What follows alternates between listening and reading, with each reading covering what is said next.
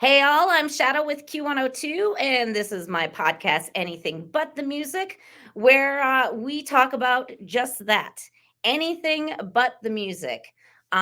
Today, I have Andrew with me. I'm not even going to attempt to pronounce his last name because that's going to be my first question. How do you pronounce your last name?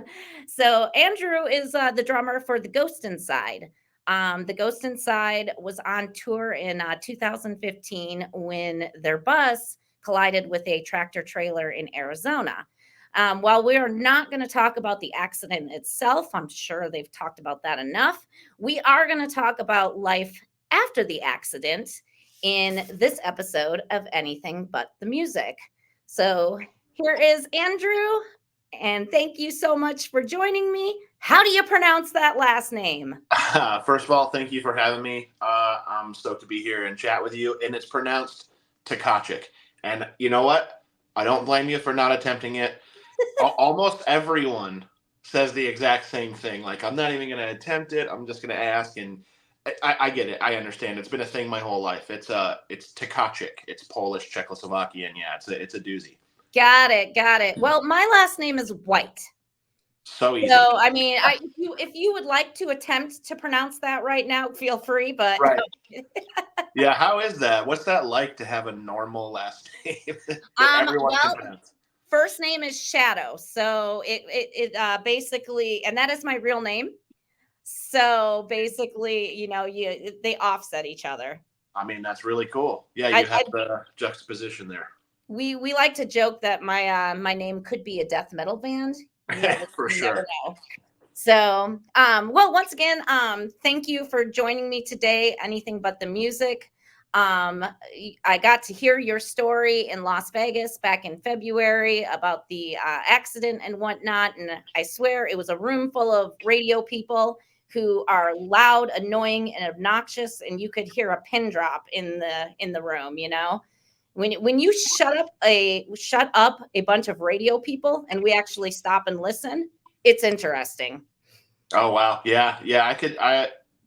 I remember the pin drop moment. And it's funny because we actually don't do a whole ton of like public speaking things like that, but I think we all walked out of there and went, we crushed that. We were like very proud of ourselves because we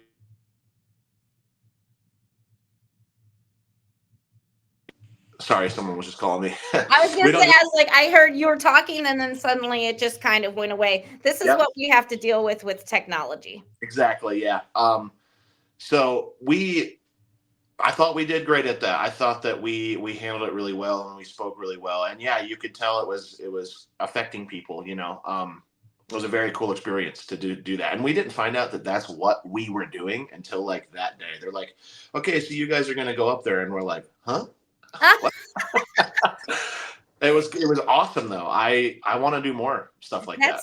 That's that's kind of funny in a personal sense because that almost seems like that was in true happens, which is what the event's called. Is called happens.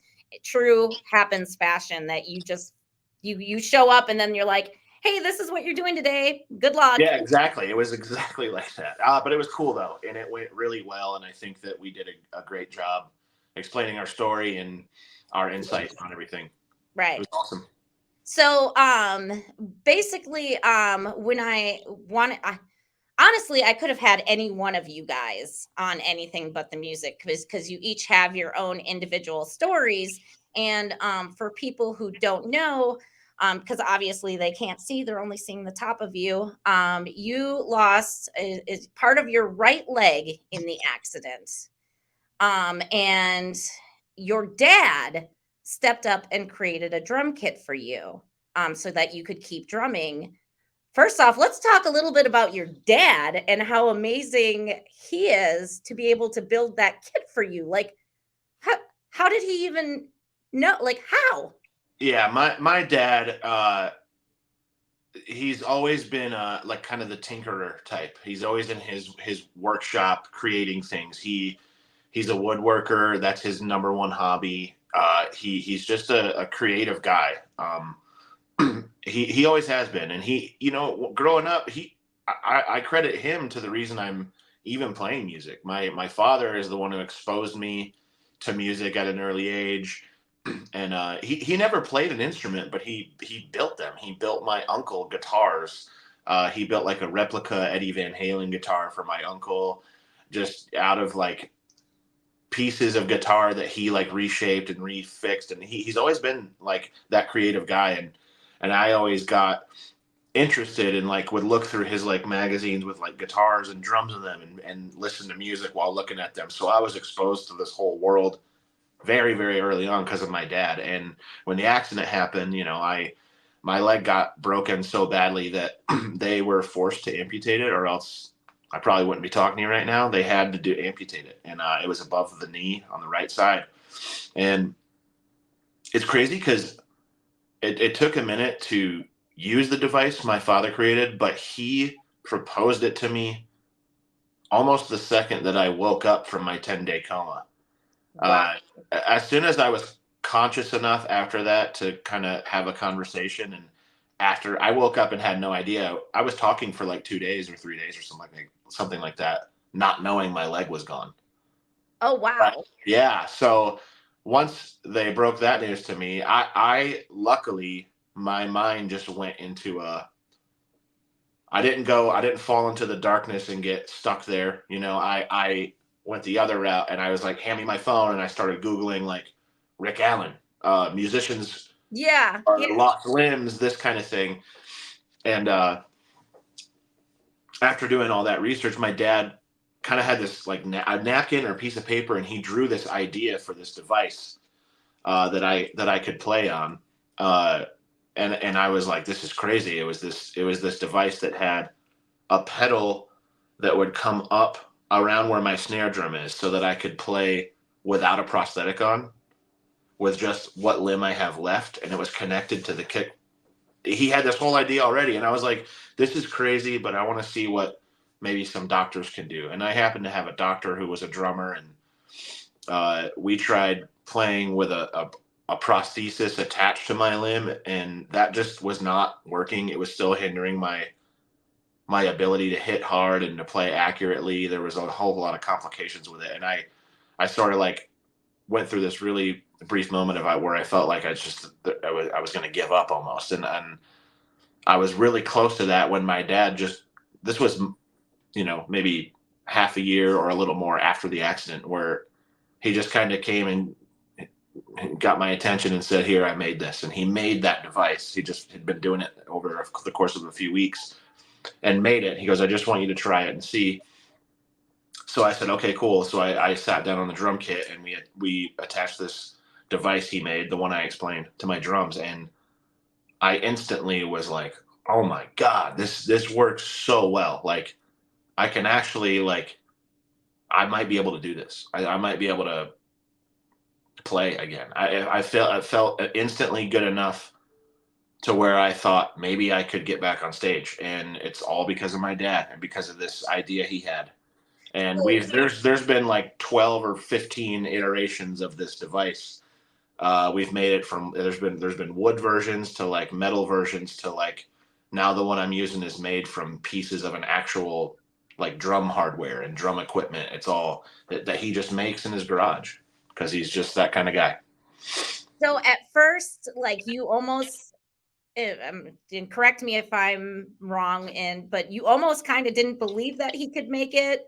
And so instead, you kind of went to doctors first and said, and then suddenly your dad was like, you know what, let's go back to my idea. And you're like, okay, let's try it. And that's It was kind of like that. Like I didn't doubt that my dad could do it. I knew he could make it, but right. I wanted to see. I was like, let's wait on this a minute, and let's see maybe some ideas some doctors might have. They might have like an idea, and my process and what I was thinking was maybe doctors have a better idea of the physics of what it might take to accurately play drums missing a leg. They Right. might have like some more insight. So I wanted to see what they could do, and not to discredit them. They did have some good ideas, but it just turns out that what my dad made in our garage worked best, and that's what I'm using to this day. And we've been back on tour, and I've been playing with what my dad created for me. That is so freaking cool. Yeah. Going back to something that you said you had been like talking for 3 days before you realized the limb was even gone.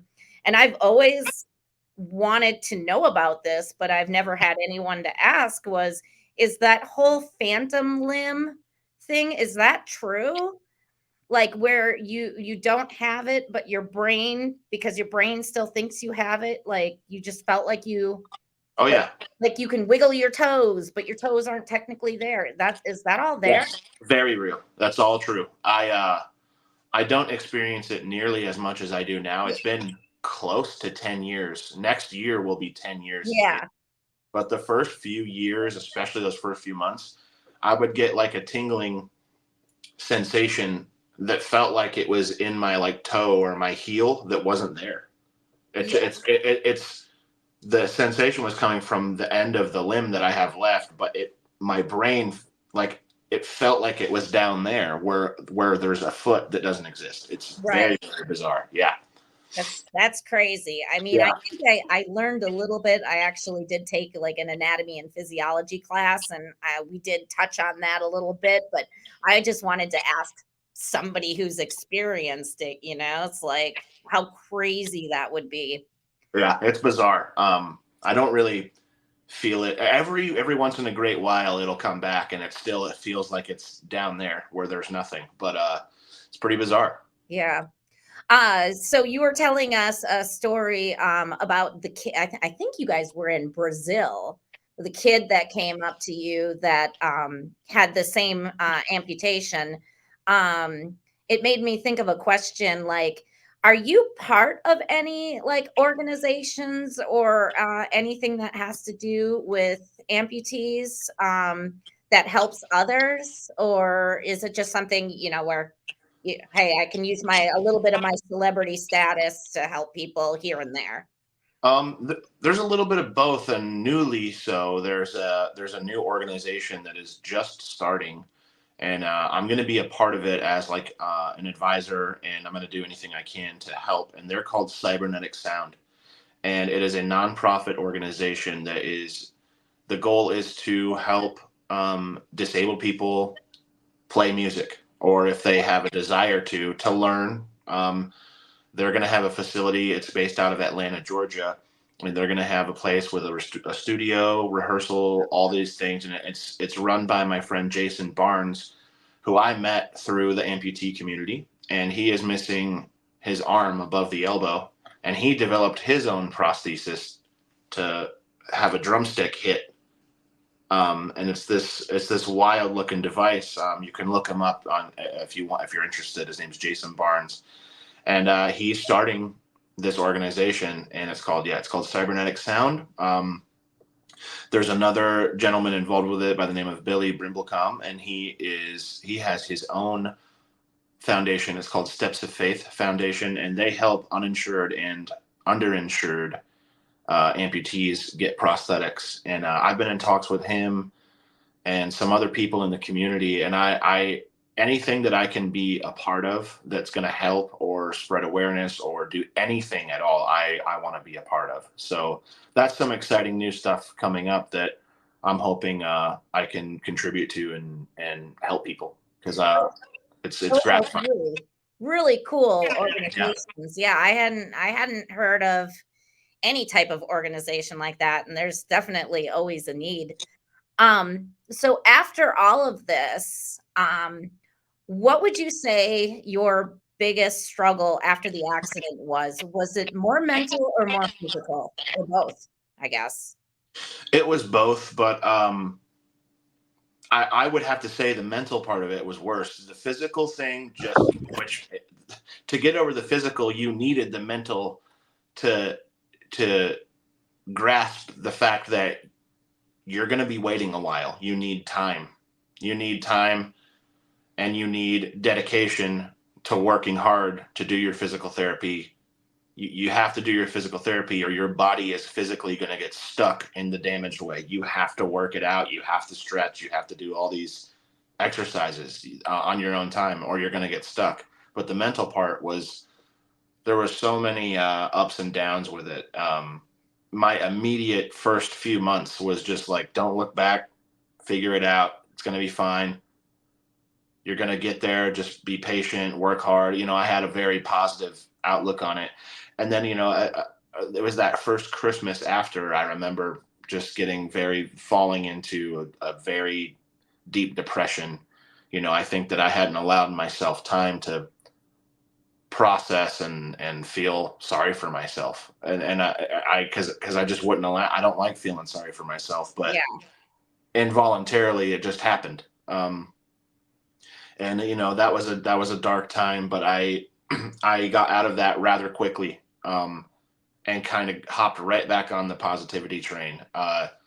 Luckily, I somehow, mind over matter, I willed myself back out of the darkness, and just kept continuing to not feel sorry for myself, whether it was tricking myself or a placebo effect of kidding myself. It worked. It got me out of there. It got me out of that dark place. And it can be tricky because I feel like if you stay in that dark place too long, you can get stuck there and not get out. And I think that happens a lot with people. So the mental part of it is probably the biggest and most important part to come out on that other side, on the positive side, from uh, the physical, obviously, but that takes dedication, hard work, and patience. Right. I feel like you're an optimist. Are you an optimist? Glass is half full type of Yeah, person? yeah, I think so. Okay. I think for the most part, yeah. Okay.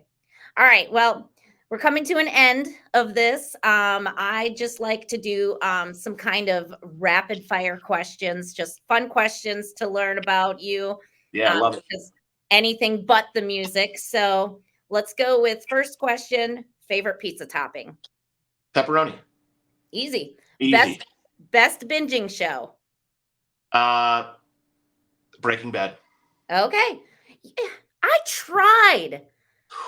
I like like everybody loves Breaking Bad. Like, what is wrong with me to where I've literally watched it and I feel like that show gave me anxiety. Big time. But I like I liked it. I don't know why. It is an anxiety inducing show, but like I wanted more of it. Is that weird? I, I mean, I guess not because it's you and multiple people. Um, Yeah. so I guess I'm just the odd one out. All right, best cereal on the market. Cinnamon Toast Crunch. You and my 12-year-old would get along Oh famously. yeah. Yeah. What word do you have a hard time pronouncing besides your last name? But wait, you can pronounce your last name. It's everyone else that can't. Let's see. What word do I have a hard time pronouncing? Uh Massachusetts. All right, last question. And you may or may not do this. What dish do you cook best? uh does pizza rolls count in the microwave? Absolutely. If Because that's I'm what not you very choose. I'm not a very good cook. My girlfriend is a great cook, and she usually handles that all. I don't know. I can grill chicken and steam some veggies. Okay. That's about it. Um, I'm just kind of now this and I was going to end it real quick, but I am just kind of noticing your background.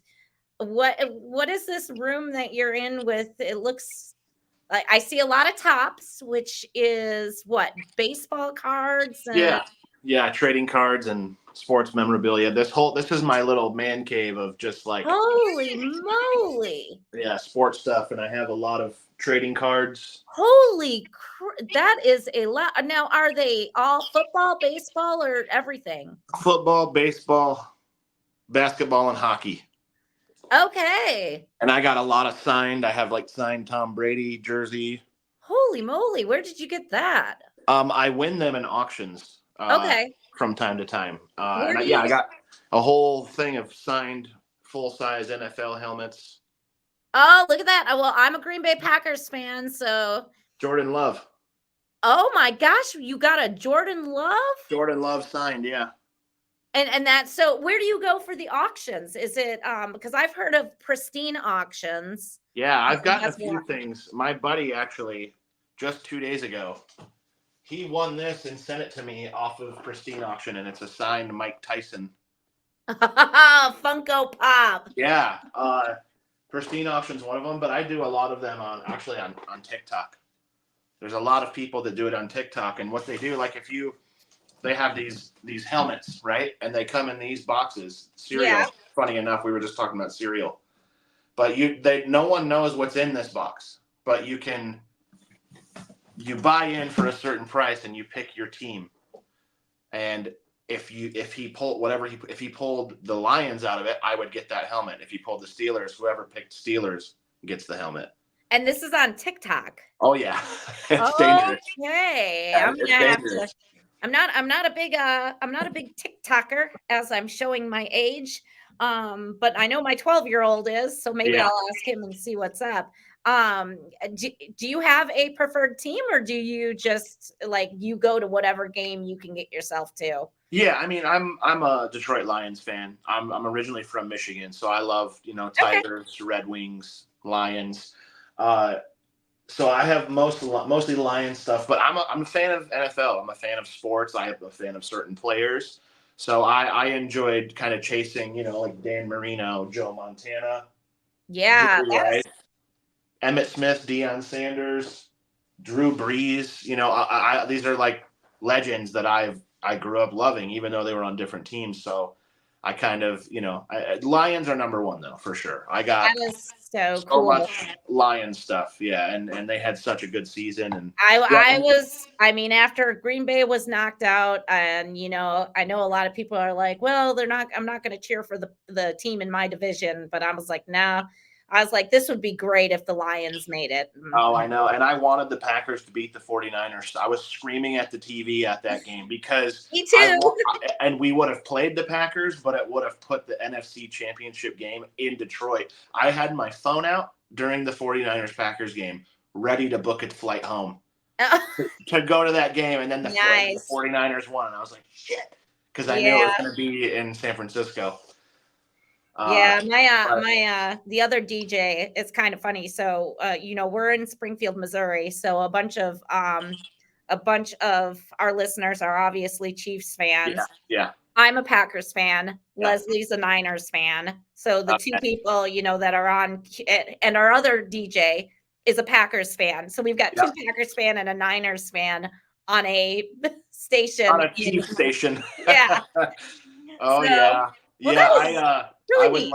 I would love to get one day I want to chase, a Mahomes helmet. That'd be awesome to have on my shelf. Like that'd be a really cool piece to have, but I'm you can see I'm kind of out of room at the moment. So I was going to say it looks a little bit crowded in there. Yeah. But the only thing I have is I got an autographed Brett Favre football. That's awesome. I would love Favre. Yeah. And that was actually gifted to me from a friend who supposedly his dad worked with Favre on some. So I don't even know truly if it's like authentic or not, but Yeah. I keep it displayed. I also have a Brett Favre. It's like about a 3-foot tall bobblehead. That's cool. And it's only, I think it's numbered at the bottom. I think it's number like 80 something out of only so many made. Probably like One of 100 or something. That's super cool. Hang on to that for sure. I've gone and looked it up, like just because curiosity will get the best of you on what something is worth, and it's like I think it's like worth like $700.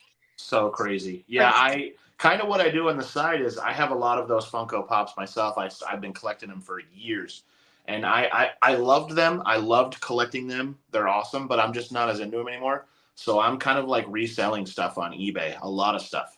Yeah. And, I sold a Funko Pop that was worth over $2,000 on eBay. Yeah. And I just happened to have it because I've been collecting for so long. So I kind of do that on the side. And then the football stuff, like all the memorabilia, like every one of them come with this little, where you go? This little authentication thing. Okay. So you can scan a QR and see that it was actually signed by that person. It'll give you a date and location where they signed it. Sometimes there's a picture with it too. It's crazy. Neat. Yeah. Yeah, the Funko Pops are kind of weird, a weird kind of collector's item of sorts. I went once again going to age myself, but I love going to antique stores I love that. Yeah. or resale or whatever. And Flea market, all that yeah, stuff. Yeah. so we were at one a few weeks ago, and this flea market, Funko Pops, as far as the eye could see, it was almost like every booth had Funko Pops, and we were talking about it, and it's kind of like I felt like maybe they were way overproduced to the point now where they became like almost like Beanie Babies, like Yeah. they eventually overproduce something so much that it loses the value. Yeah. Well, the thing is I think that that's a very good comparison because Funko's Pops are like the current version of Beanie Babies. Yeah. But Beanie Babies completely fell off and lost all their value as where Pops are still being made and are still valuable. Like because they make so many rare ones. Like that one that I sold for 2 grand, that was one of 140 ever made. So And if I they're didn't even know that. limited, Yeah, so they like, have tons of limited ones, and they even have an app where you can look it up, and it'll tell you how much it's like going for on eBay and stuff. So oh, they're still relevant and worth some money. But yeah, the Beanie Babies things, I didn't even think about that. That's such a good comparison. This is like the modern Beanie Baby. yeah. Why? Yeah. All right. Well, that my rapid fire questions just completely like You got to turned be it careful with me because I'll talk for hours about all this and nerdy shit. and I will too, and that's what this is about. Anything but the music. Like Yeah. I loved where this turned, and Yes. I loved hearing about all your memorabilia and stuff. I think that's awesome. It's Yeah. fun. Yeah. I Yeah. like to talk about it. I like to show people. It's fun. And if people think it's interesting, cool. That's even better. All right. I Well, like it. thank you so much, Andrew. I appreciate you coming on Anything But the Music. Appreciate it. Thank you so much for having me. Great chatting with you. Thanks. All right. Join me in 2 weeks for a new episode of Anything But the Music.